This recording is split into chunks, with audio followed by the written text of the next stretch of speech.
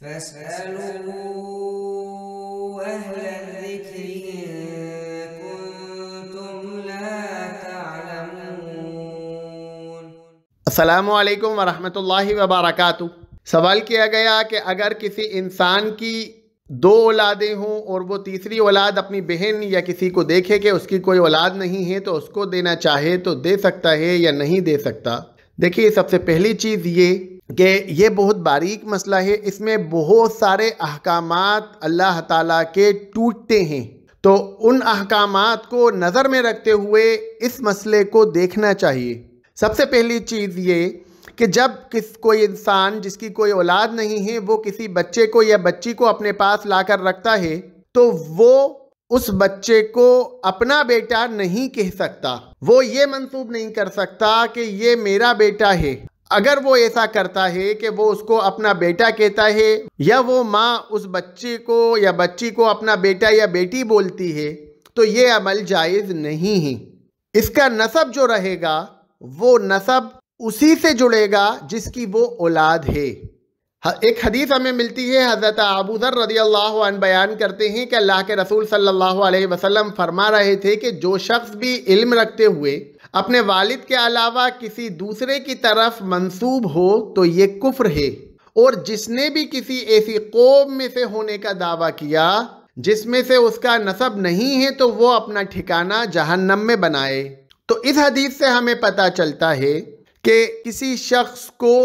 لا کے منہ بولا بیٹا یا بیٹی بنانا یہ عمل جائز نہیں ہے، یہ حرام ہے۔ اگر کوئی شخص کفالت کے طور پر کسی بچے کو لاتا ہے، کسی یتیم بچے کو لاتا ہے کہ میں اس کی صرف کفالت کرنا چاہتا ہوں، اسے دینی تعلیم اور تربیت دینا چاہتا ہوں،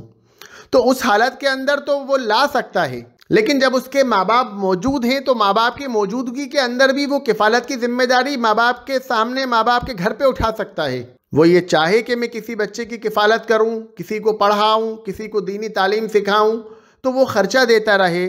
وہ پڑھائے، وہ سکھائے، وہ اپنے پاس لے جا کے پڑھانا چاہتا ہے، اپنے پاس لے جا کے پڑھائے۔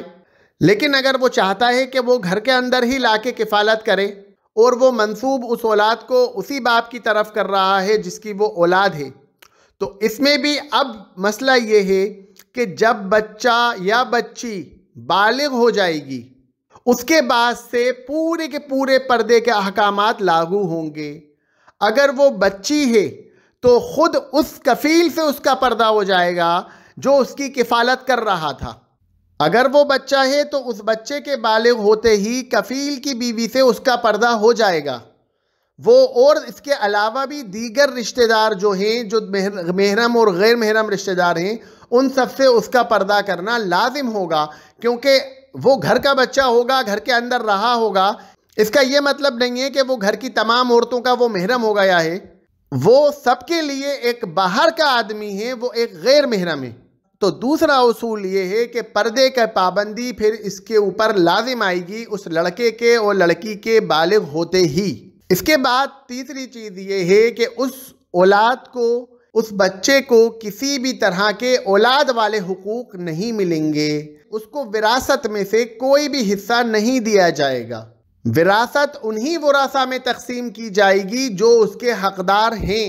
اور اگر بائی چانس جس نے بچہ لیا ہے اس کی ابھی کوئی اولاد نہیں ہے، آگے اس کی اولاد ہو گئی تو جتنی اولادیں ہوں گی وہ سب اس کی غیر محرم ہی رہیں گی